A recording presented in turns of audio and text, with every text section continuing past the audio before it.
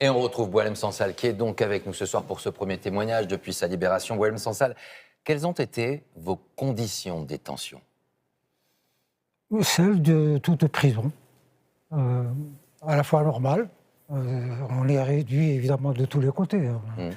Déplacement, on ne peut pas parler, on ne peut pas agir comme on Pas veut. de contact avec d'autres détenus? Pas de contact avec les autres détenus, ni surtout avec l'extérieur, d'aucune manière. Je n'avais même pas d'avocat. Donc j'étais coupé du monde.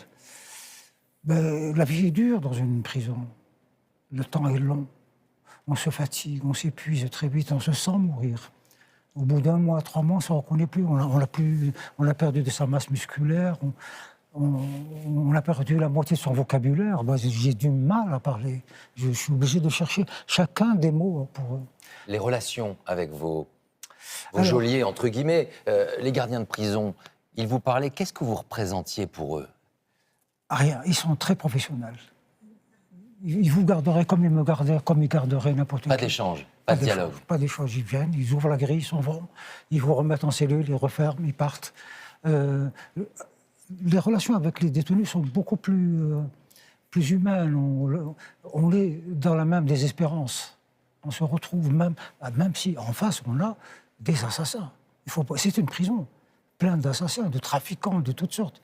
Des gens qui sont condamnés à 20 ans, 30 ans de prison. Est-ce que vous avez pu lire? Non. Vous n'aviez pas de livre? Pas de livre.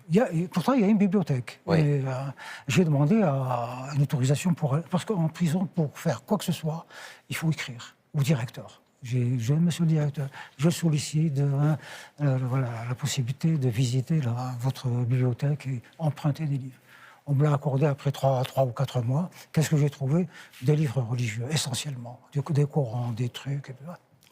Et en français, j'ai trouvé des brouillons, des charcutés, pourris, de vieux bouquins bouffés au mythe. Mais bon, voilà, je les ai quand même récupérés et je les ai lus. À l'inverse, est-ce que vous avez pu écrire? Est-ce que vous avez pu écrire? Non, c'est pas possible. On ne peut pas écrire. Vous n'avez pas pu écrire en Je prison? ne pouvais pas, psychologiquement, écrire quoi? Mon quotidien, bon, ben ça, si c'est un journal, on le fait après. Je n'avais pas de... mais je pensais au livre que je ferai plus tard. Je me dis, plus tard, si je sors de prison, je raconterai cela de telle manière. Est-ce que ce sera un livre politique, un livre de prisonnier, on va dire? Donc ce livre, il est déjà un peu en vous. Il est déjà en train de mûrir. J'ai envie de raconter Boualem Sansal, qu'on appelle en Algérie la légende, en prison et dans toutes les prisons d'Algérie. Oui. On m'appelle la légende. La légende vue par les détenus, les islamistes, qui pensaient que ma libération allait entraîner la leur. Quand vous êtes arrêté à l'aéroport le 16 novembre 2024, qu'est-ce que vous avez ressenti? Vous aviez cette idée que vous rentriez finalement dans un tunnel qui allait être très long ou pas du tout? C'est la sidération. On ne pense à rien. On pense à rien. J'arrive devant le guichet de l'aéroport, je donne mon passeport, le policier scanne mon passeport, et puis je le vois tiquer. Il me regarde, il regarde le passeport, et puis il me pose 2 questions. Quel est le prénom de votre père? Je lui dis, et le prénom de votre mère? Et puis, allez vous asseoir sur ce banc, on va venir vous chercher. Et j'ai attendu pendant 1 heure, assis, et puis à un moment donné, un officier, un policier est venu. Il a pris mes passeports, il m'a dit, suivez-moi. Je me suis retrouvé dans les entrailles de l'aéroport, où j'étais enfermé pendant... Alors que je suis arrivé à Alger, il était 5 heures. Et on est venu me chercher à 2 heures du matin, des gens en civil, qui m'ont passé les menottes et puis qui m'ont emmené où, je ne sais pas, parce qu'en sortant de l'aéroport, ils m'ont passé une cagoule sur la tête, donc je ne savais pas où. Et pendant 6 jours, je n'ai pas su où j'étais, ni à qui j'avais affaire. Et je le répétais sans arrêt, si vous voulez que je vous réponde, identifiez-vous. Qui êtes-vous? Qui êtes-vous? Pour quel service travaillez-vous? Vous ne saviez pas qui vous aviez en face de vous. Le service, voilà. Quand vous êtes rendu en Algérie, vous disiez, je n'ai pas d'inquiétude, ils me prennent pour un vieux fou. Voilà ce que vous disiez. Mais vos amis, et notamment le prix Goncourt, Kamel Daoud, il était conscient de ces risques, il vous avait prévenu. Je n'avais pas conscience des risques de manière pressante. Je savais qu'un jour ou l'autre, je serais arrêté, inquiété, questionné. Mais à chaque fois, je pense que c'est pour plus tard. Jusqu'à présent, je n'avais rien fait. Je ne voyais pas quelle raison pousserait le pouvoir à m'arrêter. Il y en avait une, en fait. C'était que depuis quelques mois, entre la France et l'Algérie, une guerre a été déclarée suite aux déclarations de Macron, président Macron, qui reconnaissait formellement la marocanité du Sahara. C'est de là, tout a commencé là. Il y a une question que les gens se posent ce soir, bien évidemment, et ceux qui vous écoutent. Est-ce que votre parole est ce soir, on va dire, contrainte, limitée, bridée? Oui. Oui, en quelque sorte, là, je ne vous parle pas de manière naturelle, parce que moi, naturel, je suis plutôt exubérant, Oui. et je m'étends dans tous les sens. Là, je contrôle chacun de mes mots. Contrôlez parce que quoi? Parce que ce contexte diplomatique, parce que les enjeux sont politiques, parce qu'il existe, et notamment encore Christophe Glaise, par exemple, qui est emprisonné aujourd'hui en Algérie, alors qu'il est journaliste sportif, et qu'il son procès aura lieu le 3 décembre. Ça aussi, c'est quelque chose qui vous contraint? C'est exactement ça. Vous avez répondu à la question. D'abord, j'ai peur pour ma famille. Si je retourne en Algérie avec mon épouse, j'ai peur que cette fois, on arrête aussi mon épouse pour me contraindre davantage. Je pense à mes compagnons de cellule qui, je pense, maintenant, vont être arrêtés alors qu'ils sont en prison et questionnés. Que savent-ils? Que leur ai-je dit? Ils vont essayer de reconstituer tout. Je pense à Christophe Glaise, et il n'est pas le seul. Il n'est pas le seul.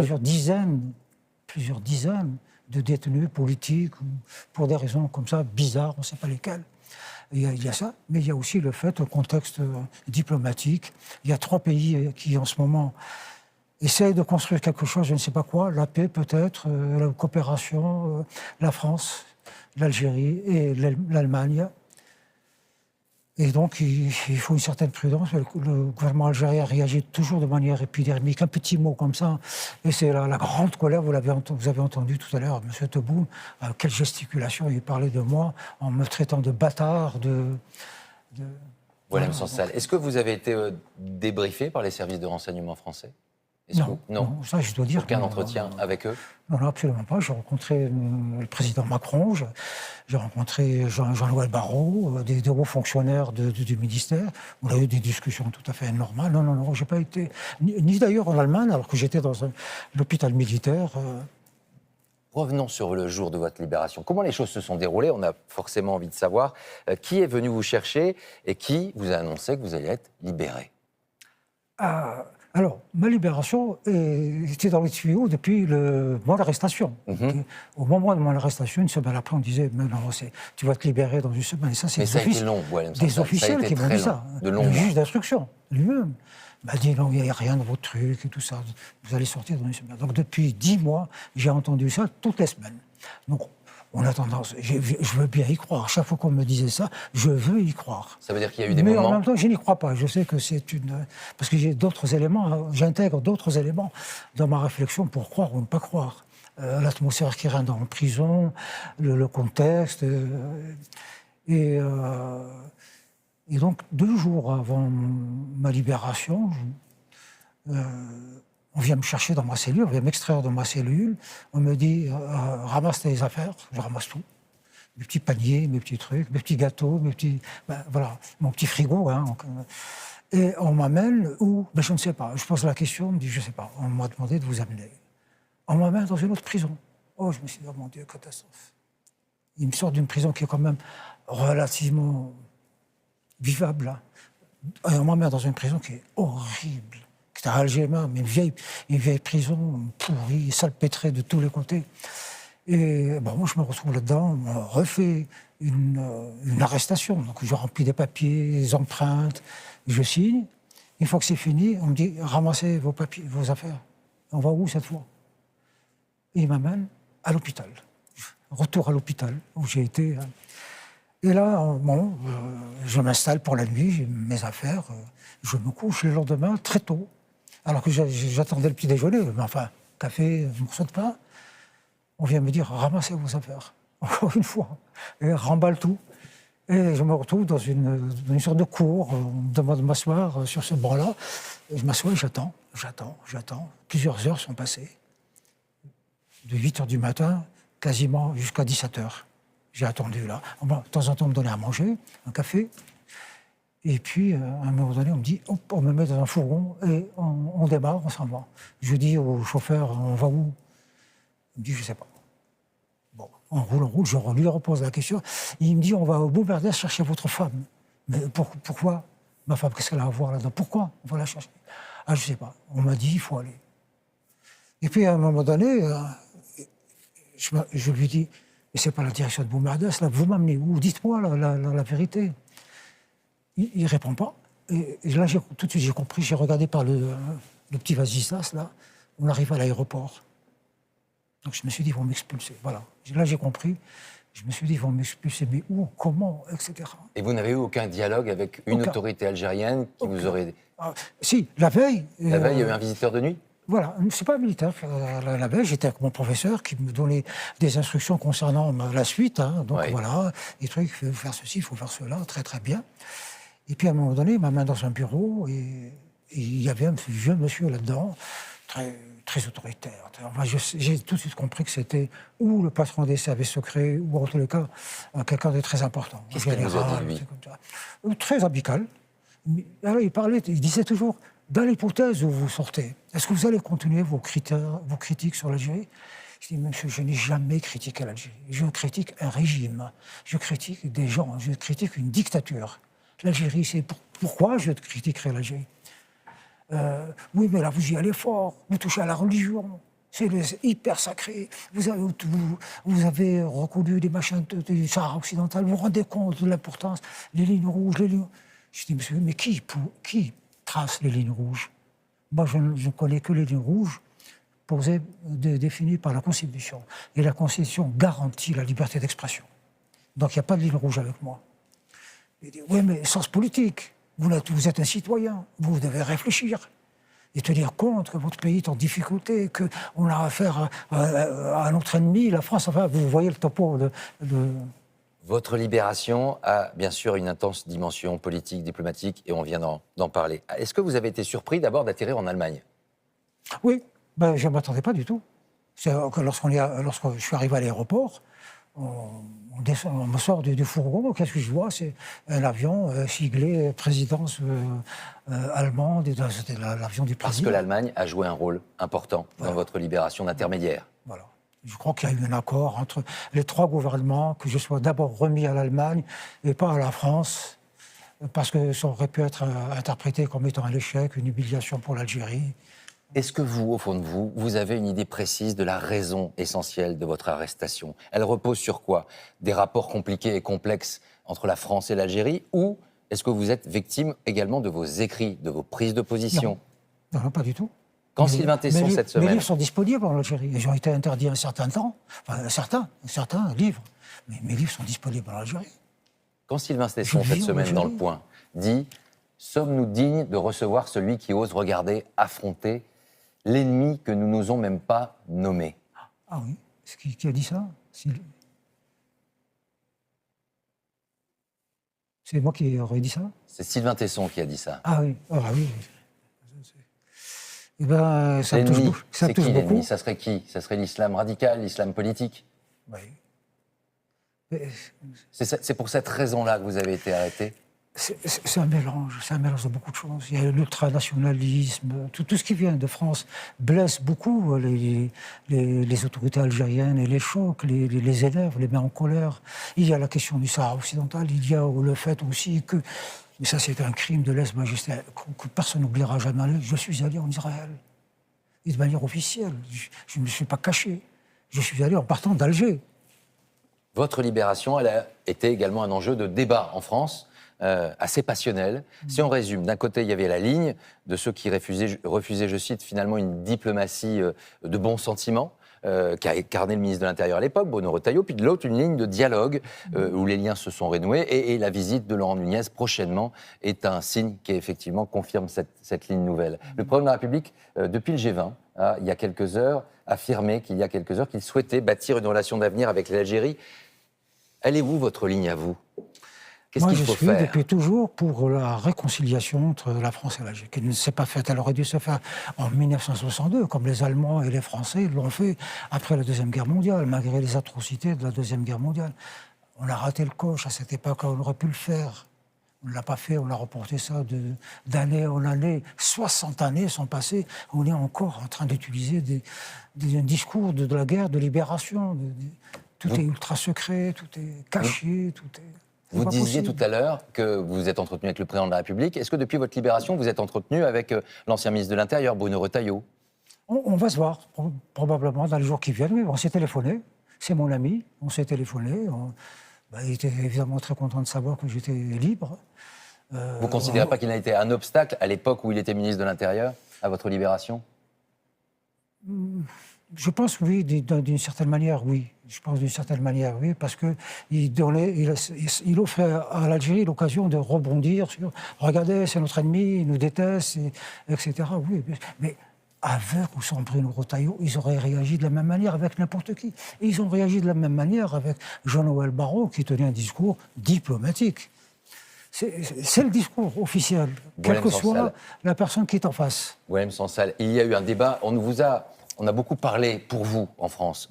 On vous a même lié à l'extrême droite. Ouais. Qu'est-ce que vous en pensez? Vous réfutez cette idée ou finalement... Je ne suis d'aucun parti. Je ne comprends pas. Donc, les gens... C'est vrai que j'ai des amis partout, dans toutes les couches de la société. J'ai des amis, évidemment, qui étaient du Front National, qui sont du Rassemblement National, de tous les partis. Je connais tout le monde. Moi, je ne choisis pas mes amis en fonction de leur appartenance politique. Je suis avec quelqu'un, on passe un petit moment sympathique, on discute, on échange des idées, voilà, et puis on se retrouve pour déjeuner, prendre un café. Je n'entre pas dans ce... je ne suis encarté nulle part, je ne cherche à m'encarter nulle part, je ne brigue rien du tout, je suis candidat à rien du tout, je suis un homme libre et je veux pouvoir parler avec qui je veux. Vous l'avez répété tout à l'heure. Quand je suis parti en Israël, c'est ce que j'ai dit à mes compatriotes. Ils ne voulaient pas parler aux Israéliens. Moi, je veux leur parler. Et je vais leur parler chez eux. Voilà. Et c'est comme avec les islamistes. Je discute avec eux. Je suis allé vers les islamistes et discuter avec eux. Vous faites ça pourquoi? Expliquez-vous. On peut trouver peut-être un terrain. Voilà. Vous n'avez jamais cessé de dire que la France et l'Algérie la France était l'amie de l'Algérie. Ils existent en Algérie aussi, ces hommes et ces femmes qui souhaitent que l'Algérie soit aussi l'amie de la France. Est-ce que vous avez de l'espoir? Est-ce que vous êtes un optimiste aujourd'hui? De naissance. Je suis un optimiste de naissance. Je le sais. Parce que je me dis, d'abord, c'est pas une question, l'optimisme, on le construit. Voilà, l'avenir, on le construit. Donc si on pense que l'avenir arrive par hasard, comme ça, parce qu'on est optimiste, parce qu'on est pessimiste, je crois qu'il y a quelque chose qui ne va pas. On le construit. Moi, je veux que la France et l'Algérie soient de grands amis. Au nom de l'histoire, on a passé quand même 1 siècle et demi ensemble, bien ou pas bien, peu importe, on les a passés ensemble. Voilà, c'est tout. Vous pourrez retourner en Algérie un jour? Mais le plus vite possible, si on me le permet. J'ai dit au président Macron que j'allais rentrer le plus tôt possible, pour quelques jours, au moins récupérer mes affaires. Mais mon ordinateur, mon téléphone sont entre les mains de la justice. Je suis complètement dépouillé, là. Voilà, j'ai besoin de ça. J'ai posé la question je l'ai dit au président que j'allais rentrer. Il m'a dit non. Je lui ai demandé à M. Tebboune. Je lui ai dit. Poser la question à M. Tebboune s'il me permet de rentrer, de ressortir. Et il m'a dit, tiens, puisque je le vois en Afrique du Sud, je vais lui demander. On a entendu tout à l'heure que vous disiez que vous étiez en ce moment contraint. La liberté, elle reviendra à travers vos livres. Vous allez reprendre l'écriture prochainement? Oui. C'est sûr, je ne peux pas vivre sans écrire. C'est devenu c'est ma façon de vivre. Bon, on est impatient de vous lire. Des mots, c'est d'inventer des mots et de les regarder, se construire, raconter quelque chose, quoi. Merci d'être venu nous rendre visite ce soir. Merci d'être venu sur ce plateau. On suivra bien évidemment vos prochains livres, vos prochains ouvrages. Merci d'être venu nous rendre visite. Je voulais juste savoir, vous vous sentez aujourd'hui très différent d'il y a 1 an? Non, franchement, pas. Cet emprisonnement ne vous a pas écrasé? Il m'a affecté superficiellement pour le moment. C'est ce que je ressens. Il y a des moments de désespérance. Mais je pense qu'après coup, il y a des choses qui vont certainement apparaître dans les semaines à venir. Là, comme je vous l'ai dit au début, la prison, c'est dur à vivre. Pas seulement parce qu'on est en prison, mais pour sa famille, pour ses amis, pour tout. Le contre-coup va venir. Je pense que le contre-coup va revenir. Je pense à mes amis qui sont en prison là-bas. Je ne sais pas ce que je pourrais faire pour eux, mais... Vous souhaitez remercier qui ce soir? Il y a eu votre femme, votre épouse qui a été là, il y a eu vos proches, il y a eu la mobilisation de la Maison Gallimard, d'écrivains en France. C'est tout cela que je veux remercier. Et en particulier, Jean-Paul Scarpita. Parce que c'est lui qui était le contact avec mon épouse. Ils étaient constamment en communication, donc ils étaient très intimes. C'est lui qui lui passait les messages et c'est à lui qu'elle disait dans quel état je me trouvais. Et à partir de là, des liens ont pu se nouer avec l'Élysée, avec Jean-Noël Barrot, etc. On retiendra votre optimisme et votre liberté retrouvée et votre liberté de parole qu'on retrouvera également à travers les livres. Merci à vous. Merci beaucoup. Merci, à bientôt.